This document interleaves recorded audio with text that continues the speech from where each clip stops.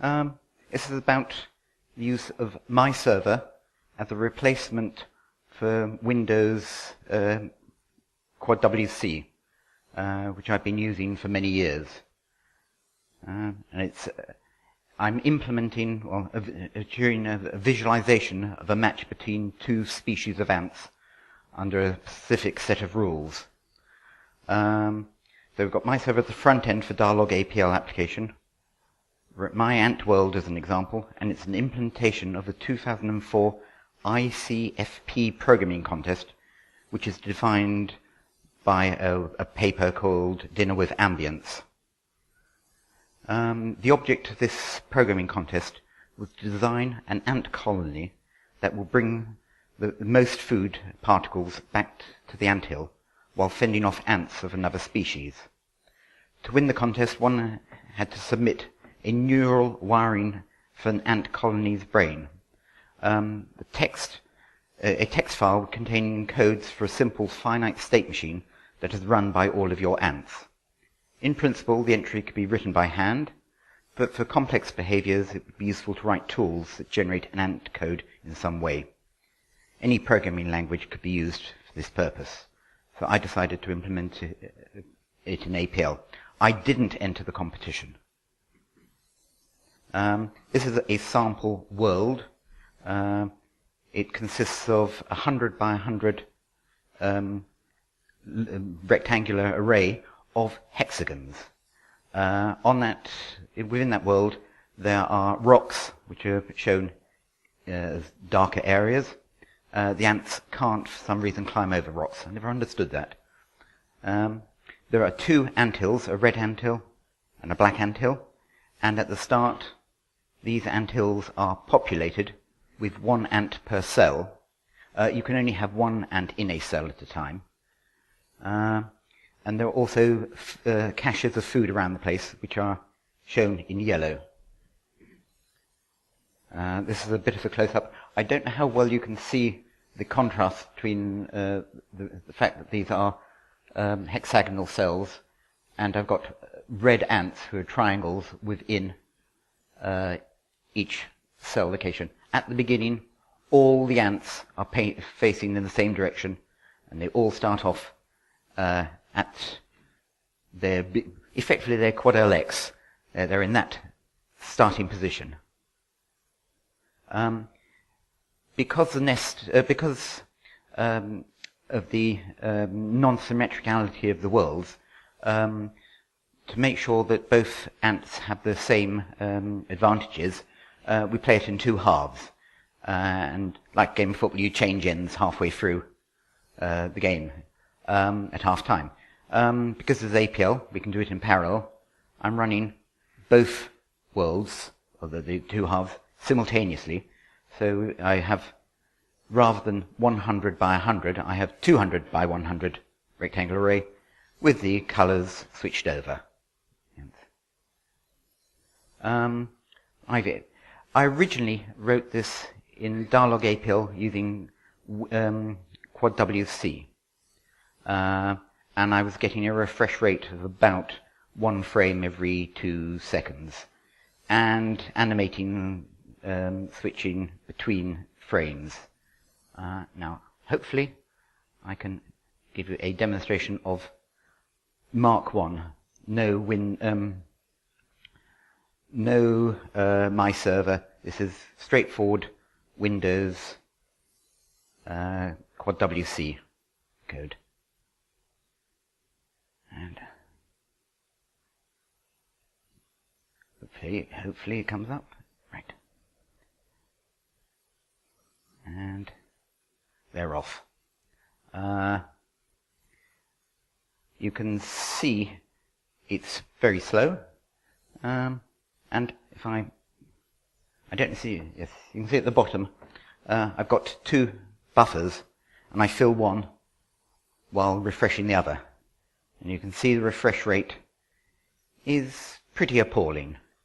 But it's working. And it's updating 20,000 plus polygons. So it's okay, but not brilliant. And the hardest thing I found about this is actually stopping the damn thing. So that was the Windows API, and I say actually stopping it is making sure I'm getting the right. Yes. So that's someone killed off. And so it works, but it's not good. It's no fun. And about this time, the Raspberry Pi came along. The Raspberry Pi is running Linux, and you may or may not know that Dyalog15 runs under Linux, but it runs without any GUI. There is no quad WC GUI elements, so I can't run it on the Raspberry Pi that way. So I've decided to try to use MiServer to provide a front end to Raspberry Pi running Dyalog15. So we've got a server running Dyalog15 running MiServer. The APL application is a class and it starts under MiServer. We then have a client running on a browser with a TCP/IP link between the client and the server. And the client and the server may be on the same machine if we use a local host, such as so going to address 127.0.0.1. The browser is displaying the GUI using HTML5, JavaScript, and SVG. Using HTML5, JavaScript, and SVG, the client is platform independent.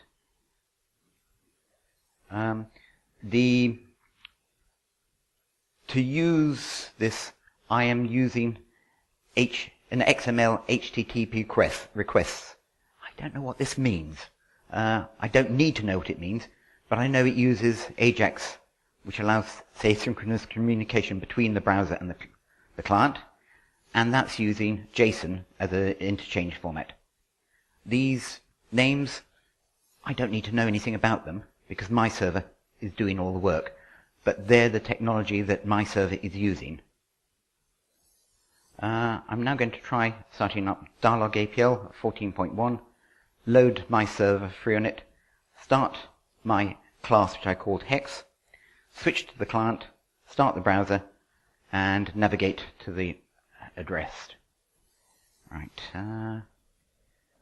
So MiServer, open. All right. Right.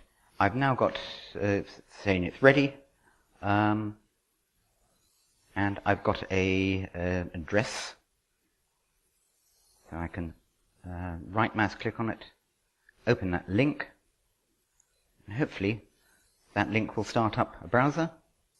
At the bottom you can see waiting.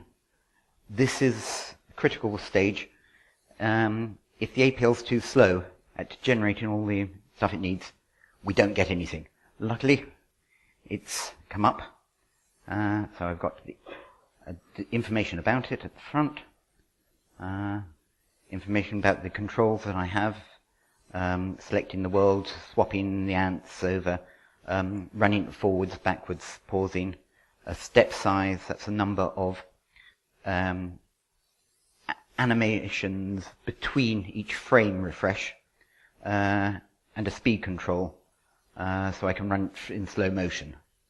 The mouse allows me to do the zoom in, I can pan, and I can click on areas, and I can display debugging information. I'll come back to that later. So here is the world, or part of it. For some reason I decided to produce a world bigger than my screen. So, so this is a slight problem. But I've got, I'm using SVG, Scalable Vector Graphics. So I can just zoom in. And you can zoom in quite a lot.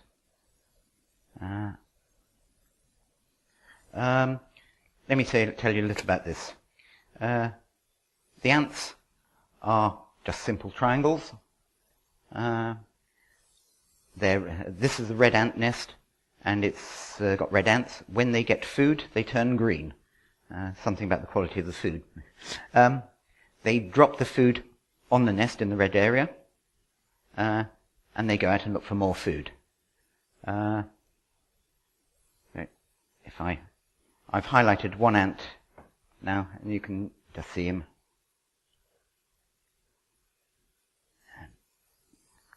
Actually, I'm going to speed this up a little bit. This is running at 1 step per frame. If I put that up to 8, that's a little more like it.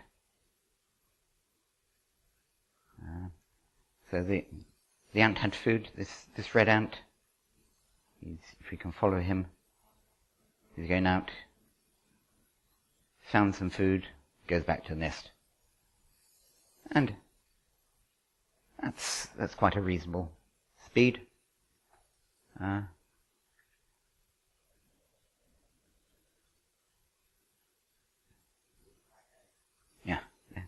I have thought about changing the shape of the ants to look like ants rather than triangles, but triangles seems to be require less CPU. I haven't actually tried writing an ant which looks like an ant, but that's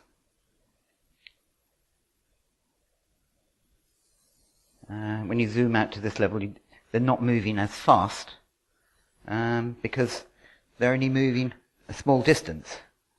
But, and I'm displaying a few more ants at a time. Right, let's go back to the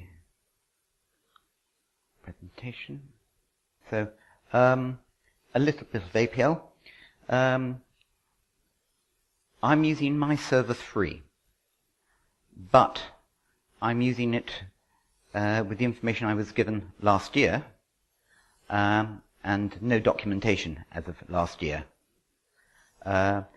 And I'm still using render rather than compose. To build the HTML, I have a function, and it's fairly straightforward. I'm running several scripts. There's nothing remarkable about this, but the header, I've got some sections, I've got descriptions, I put out the keys saying what the colors are, I build some forms for the buttons, and I embed some scalable vector graphics. I'm using JavaScript on the server. I have written about 10 lines of JavaScript. The rest I've stolen from the internet. I haven't needed to learn any real JavaScript. This was the code I've had to write. I've imported SVG pan zoom, which I found on the internet, to give me the zooming in. I haven't had to write it. I've just had to write a small few lines to say run it. And I've also had to have a polling device. I'm not using server-side events. I am when the application, when the browser is ready for some more data, it says it runs poll, which does a request. It reads the data in that it's requested, displays it, and then it does another poll. And I've got a delay of 0 between polls, so as soon as the browser is ready for data, the data comes back. Within the JavaScript, I've had to use some AJAX. This was supplied by Brian, and it was I found it within the code. I may have formatted this to understand what was happening, because I couldn't read when it was in one line. I just didn't understand what it was doing at all. But I haven't had to write any of this, and this is collecting the data and returning it to the browser. The APL I used to create the world, if It's more readable than my screen. This is generating 20,000 plus polygons, and I'm doing it with a quad FMT statement there. So that's generating 20,000 lines of SVG graphics without a loop, without an each, with effectively one APL statement. And that really shows you how powerful APL can be. Now going on to ant training. The information about the programming competition is available at this address. It's been moved a couple of times, and this is where it's finally ended up. It's probably the best programming specification I've ever implemented. It's the best one I can remember ever having seen. And it covers, as I say here, the geometry, the biology, the geography, the cartography, the chemistry, the neurology, neurocartography, martial arts, number theory, kinetics, gameplay, and scoring. It's about a finite state machine. Each ant brain is a finite state machine. It's got 12, I think, instructions it can support, such as move, pick up food, drop food, sense the surroundings. There's a random number generator. Change direction, thank you. But it's very limited. The process runs over 100,000 steps. So in a day, the ants, and we're running over one day, we'll call it, the ants have to go out, find food, bring it back. At the end of a day, 100,000 steps, the anthill with the most food back in on the anthill is the winning ant. As a finite state machine, the ant brain has no memory. So I've got no variables. Try writing programs without variables. It can be done, but there are no variables in it. I can't write a subroutine or a function because functions have return addresses. And a return address requires a variable to storage it. There is no subroutine return call. If I want to use a function again and again, each time I code it in the ant brain, I have to reproduce it and give it an explicit return address. So it is very limited. I've only got a brain size of 10,000 lines. Now 10,000 lines sounds like a lot of lines, but it's quite limiting when you want to do everything with it. And I have already hit that limit a couple of times. So no subroutine return calls is difficult. It means that you have to implement something which emulates that. That's why you need programs to write your brains rather than writing them by hand. I've gone the wrong way. My ants, the red ants I'm showing you today are my ants. They're an ant I've created, and the red ant strategy is to divide the world up into 6 sectors. Because of the let's go back to because of the ant's nest. The ant isn't concerned about north, south, east, or west. It's concerned about going back to the nest, going away from the nest. So if there's an anthill, you're going downhill away from the nest and uphill back to the nest. And I want to I have to program the ants to remember which direction they're facing in. But depending on which face of the nest they leave, home is in a different direction. So in this case, I've divided the world up into 6 sectors, and within a sector, I'm trying to remember my relative direction. So we've divided the world into 6 sections, with the centered on the ant nest, and I use chemical markers, which the ants are allowed to use, to mark the sectory boundaries. The ants keep track of their relative directions. The ants keep track of which sector they're in. Crossing a boundary means I have to switch my direction I'm in. And due to the 6-fold symmetry of it, the ant brain is divided into 6 sections. I have to have the same information repeated. I can't use a function for it. I have to repeat it 6 times. So my 10,000 neuron limit is divided by 6. And so it is limiting. So I've got the ant's nest, I've got spokes going out, and I've coloured the sectors. The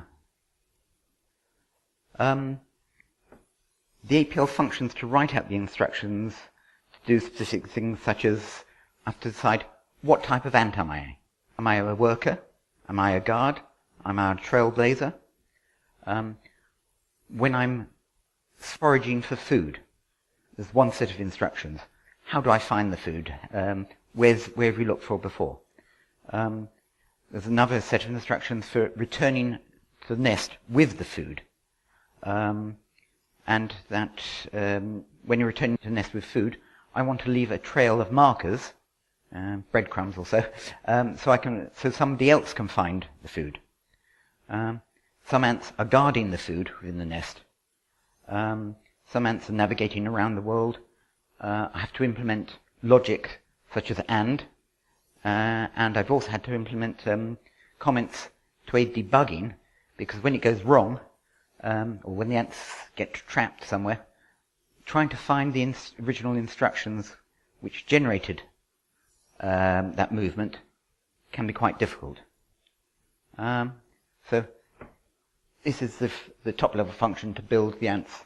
I can number the nest, I can beating the boundaries, setting the exiting the next, a worker, a mover, turning left, turning right.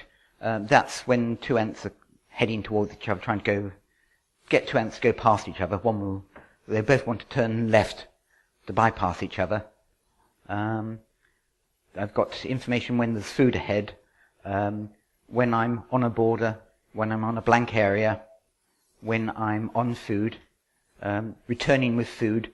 There are a lot of things that the ants are having to do, and this is just one item, set of instructions. This is what happens when an ant who doesn't have food gets back to the nest, and how he's having to turn. These typical instructions: turn left, go to the next instruction. Next, the ant brain consists of 100,000 instructions. Think of a program where each line of the program has a label, and you branch to that label, or you branch to the line number. I don't think many of us use naked branches to line numbers much these days, but in the early days of APL, that was the only thing available. Here, it is every instruction branches to an absolute address. So I've got 10,000 lines. I've got 10,000 absolute addresses. This is spaghetti programming at its worst. So a typical instruction is turn left, go to the next instruction. Now, my compiler changes next. If this is on instruction 10, my compiler says, next is, I'm on 10, so next must be 11. I can have skip 1, skip 2, skip 3, so I can go to relative addresses by coding it in here. I can also generate labels which the compiler will calculate what the value of that label is at that point. It's no good writing it by hand. Let's go to instruction 10,004, because if I insert a new instruction, that's now 10,005, and I have to renumber everything. So I have one pass which generates the instructions with the relative addresses, and it then calculates what the relative addresses are.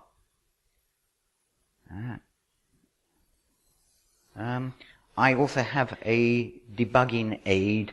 I store as a comment in the AntBrain the instruction of the line of the APL program which told it to do that individual instruction.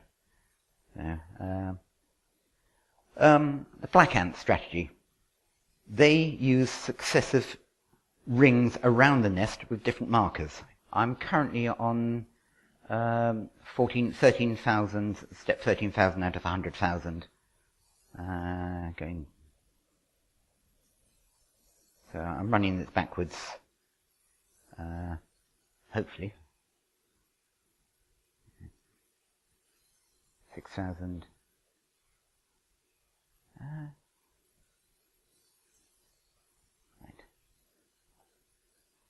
Take a moment or two to get back to the beginning, but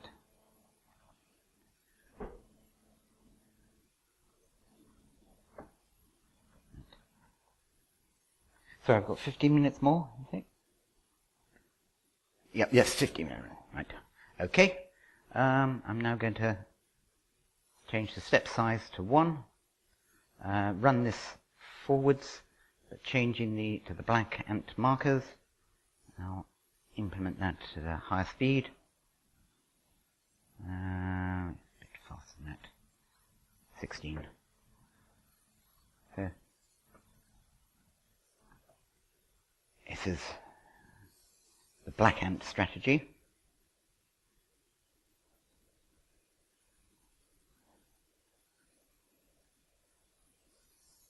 I don't know how well those are showing up as there are rings around the nest, and because they're 3 colors, they give me a direction. I go red, green, blue out, and blue, green, red in. So I know which direction I'm in, which case these ants don't need to know which direction they're facing. They can read it from the trails they have left on the ground. So I don't need to have 6 copies of the AntBrain. They're all using the same AntBrain. They're the same copy, independent of which sector they started off with. So that's it running there. Now, one of the great advantages of using MiServer, you don't need to run it on the machine that's running the APL, as I'm doing here. I can run the APL on a different machine. Now at the back there is a Raspberry Pi. I don't know if you know about the Raspberry Pi, but it's a credit card computer costing $35. That's pretty cheap, I think. Hopefully. I do have a Raspberry Pi. That's unreadable, I know, but that is running the APL end. And if I go onto... So I'm now connecting to the Raspberry Pi at the back of the room, hopefully. The Raspberry Pi is using an ARM chip. The Raspberry Pi 2 is 6 times faster than the Raspberry Pi 1. And this is connecting over the local network to the Raspberry Pi at the end. And we do have ants working. Step size, I'll speed that up a bit.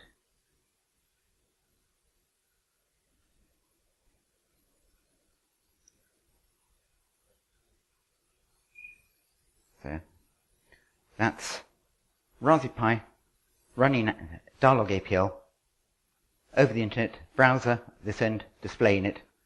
I do have a mobile phone, which I can also run it on that, but the trying to click on the buttons when it's that size doesn't really work. But the speed on a modern phone is this type of speed, if your graphics are up to it. If the JavaScript on the phone is up to date and fast, you can do this. And I think this is about as complex a GUI as you really want to work with. And I've run out of time.